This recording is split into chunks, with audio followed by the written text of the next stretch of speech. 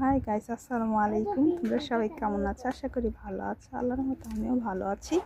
তো আজকে আমি আমার শশা বাগান থেকে শশা হারভেস্ট করব। তো এই যে দেখো, তো আমার ছেলে সে কাটবে। তো যাও সাফাত, এই যে আমার ছেলে এখন শশা কাটবে। তো কাটো সাফাত, এই যে দেখো, এই যে মাশাআল্লাহ। রাখো, এটা ঝুড়িতে রাখো। আর এখন ওইটা কাটো, ওইটা ওই যে আরো যে সাইডে আছে ওগুলো।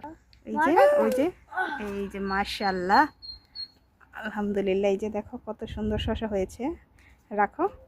তো এই যে